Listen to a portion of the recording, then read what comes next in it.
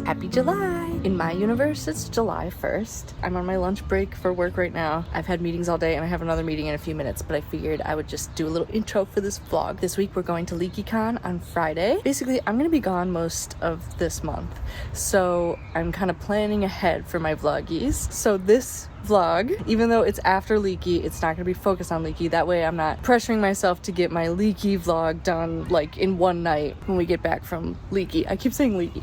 So I figured for this vlog I'll just give you some garden updates, some reading updates, just kind of vlog the week. We're gonna be rehearsing for Leaky. This is just all a plan, okay? It could change. Don't hold me to anything. I leave on the 19th for Oxford and I won't be back till August because then Brian's coming to meet me and we're gonna do our Scandinavia trip. So yeah, let me look at my planner. My vlogs come out on Wednesdays. This is gonna be the vlog all about our show with Charlene, our visit from Charlene, then this vlog that you are currently watching, then Leaky Part 1, I leave for Oxford, Leaky Part 2, and then I'm hoping Brian will do a vlog that can come out while we're on our trip because he's coming to meet me. We'll be on our trip, but hopefully he'll have made a vlog. But there's no pressure, Brian. If you don't end up making a vlog, that's okay.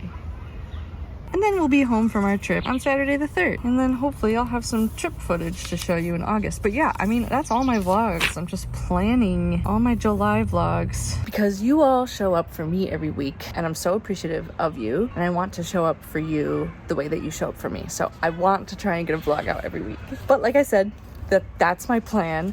Who knows what will happen. This is so much traveling. Yeah, welcome to just a cozy regular vlog.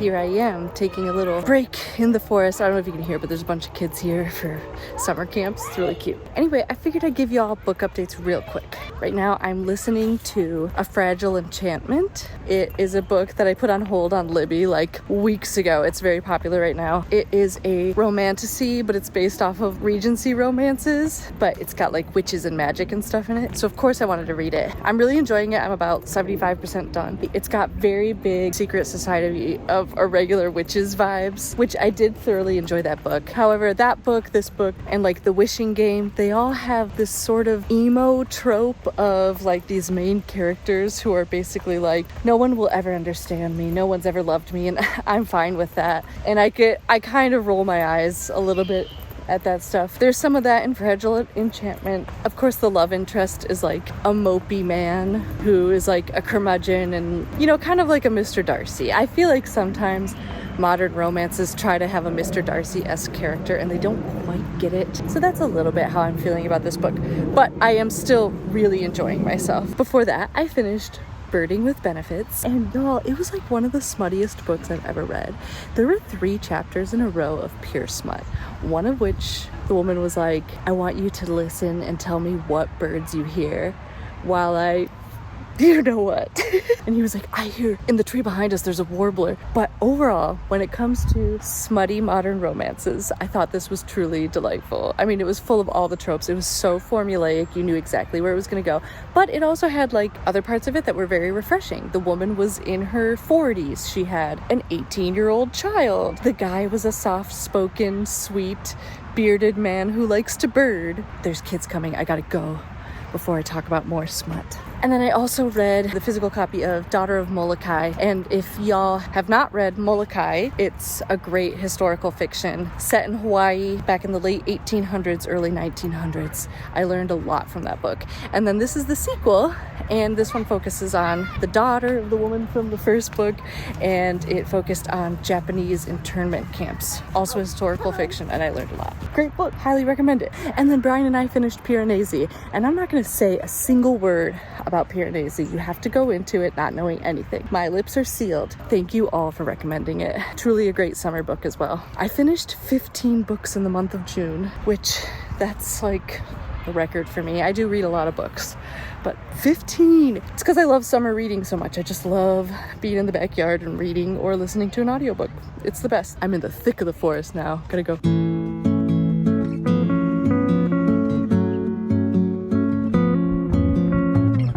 I forgot to mention this in my book recap. I'm rereading this right now. This was my favorite book in like middle school, and I haven't reread it in like a decade.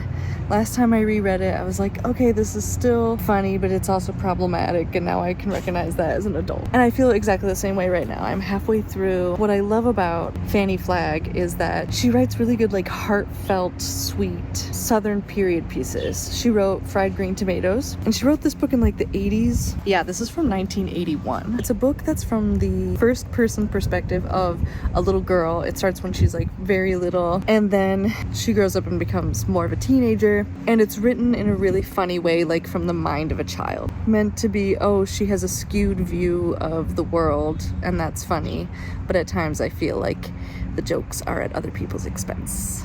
So that's what makes it a little problematic, a little racist at times. It's like supposed to be poking fun at racism, but like I said, at the expense of others. So do with that what you will if you're interested in reading it. Fried Green Tomatoes is also amazing in a lot of ways. It was so ahead of its time when it came to exploring a queer narrative. Even though it's not explicitly said, it's as explicit as it could possibly be without explicitly saying that this is a queer romance. And it was like a bestseller, and then it became like a major motion picture. It's cool seeing a lesbian relationship be so beloved by so many people. However, there's a lot of white saviorism in that story as well. So yeah, that's like the deal with Fanny Flagg. I find her cozy and comforting and heartwarming and funny, but also you gotta deal with that 1980s mindset. Anyway, I just took a little gummy, just a little weed gummy, and I'm going to play some Palia while Brian makes dinner. Is it Palia or Palia? I just downloaded it. It's free on Switch. Many of you have recommended it to me as a fun, cozy game, so I started it yesterday, and my plan was to get high and play all night last night, but then Charlene's flight got canceled, which was a very pleasant surprise. Switched it to tonight, getting high and playing video games.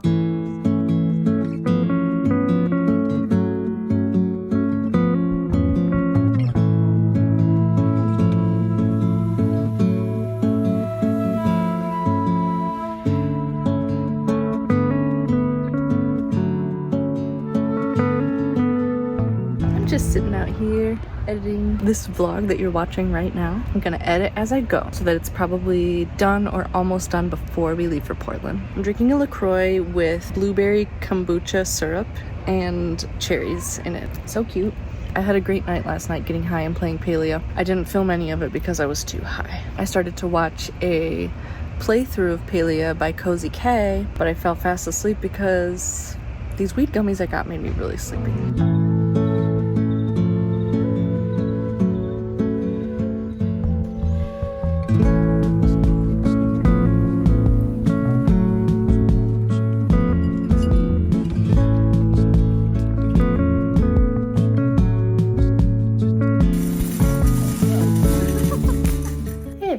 It's Wednesday. I've been working, and then Brian and I ran to Lowe's and got mulch because the bottoms of my tomatoes were rotting on some of them. It's called like end rot or something. Apparently it's very normal, and you can stop it from happening to more tomatoes. And so many of you were like, you should mulch your garden bed, and I kept going, yeah, I'll do it. And now this is really kicking me into high gear. So we're gonna mulch the garden bed tomorrow. Anyway, Clark is on his way over, and we're gonna rehearse for LeakyCon. I'm gonna sing Giant Woman from Steven Universe, which is so fun. That was my favorite Steven Universe song. Just getting ready to have some fun.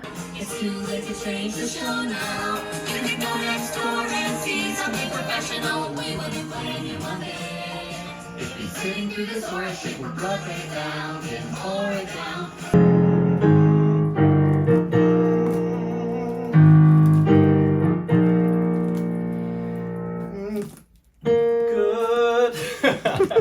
All I wanna do is see you turn into a giant woman. A giant woman. All I wanna be is someone who gets to see a giant woman. Sound of Annie. That's the original sound. That's the original sound. And you come out first, Brian. Then me.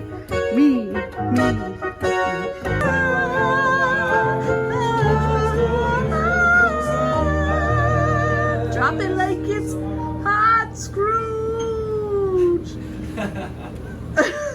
Do-wop, ba-ba-do-wop, ba-ba-do-wop, ba-ba-do-wop. and that repeats multiple times. Oh, they do feel weird. Wait, why? What's weird? They're like feel like a Like plastic? canvas bag or like hemp or something. Yeah. Feels terrible. But it's gonna look good. Oh yeah, I see those nipples. Do you? Good. Don't I? Or am I just seeing things? Well, I don't know, Mare. Yeah. Starkid will never have looked cooler than this.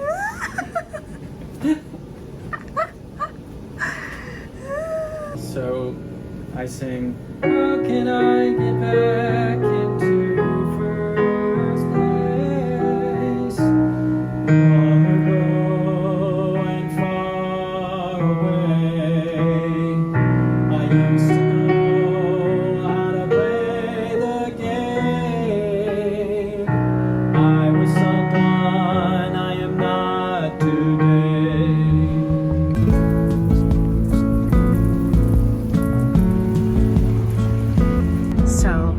I'm about to make dinner. I'm making some snap peas, but I thought there are a few peas out here that are ready, so I might as well add them to the batch. How freaking cute is that? Yeah. Here's the pea haul. I'm just gonna mix them in with regular sugar snap peas. We got tofu, rice, and snap peas, and then some of our peas. You can really tell which ones are ours. They're funky looking. Okay, here we go. This is a homegrown pea.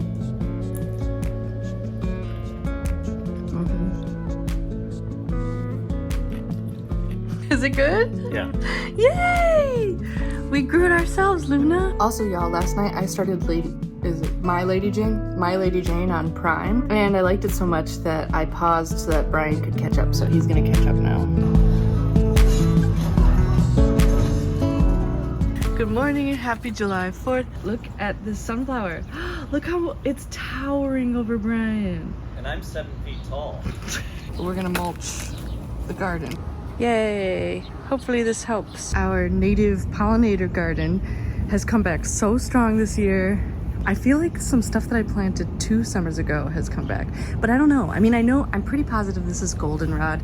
I think this is also goldenrod, is it? And then here's one of those that I planted. This guy came back that I planted. All the tall grasses came back that I planted. And the milkweed that I planted came back. Everything else is a little bit of a mystery. Like, what is this plant? Is it gonna be aster? Is it the aster I planted? It's just fun having planted something and have it come back. Also, I finished Daisy Faye and the Miracle Man. And then I borrowed Sandwich from Alyssa. This is a brand new book. I put it on my TBR. And then Alyssa read it and she loved it, so she let me borrow it. Then all my magazines arrived. So I'm gonna bring these to the beach instead. And I'll save this, it's so short. I'll save this for my trip. I'll start it tonight and then bring it to Portland. It's supposed to be like a cozy slice of life kind of book, which you know I love those. I also finished A Fragile Enchantment. I ended up giving it about 3.5 out of 5 stars just because of the emo-ness, but overall I had fun. And now I've started What the River Knows, which has come so highly recommended and I'm already having so much fun. It's about a woman in the 1800s who lives in Argentina and she travels to Egypt to try and solve the mystery of what happened to her parents and also to potentially try and find Cleopatra's tomb. It's really fun and there's magic. And then Brian and I started listening to A Fellowship of Puzzle Makers, which is a fun book. It's a brand new one about a group of puzzle makers and a guy who was raised by the founder of the puzzle makers and he's now trying to find out who his real parents are. But it's fun. It's like all about people who love puzzles and words and stuff. So we're having fun together.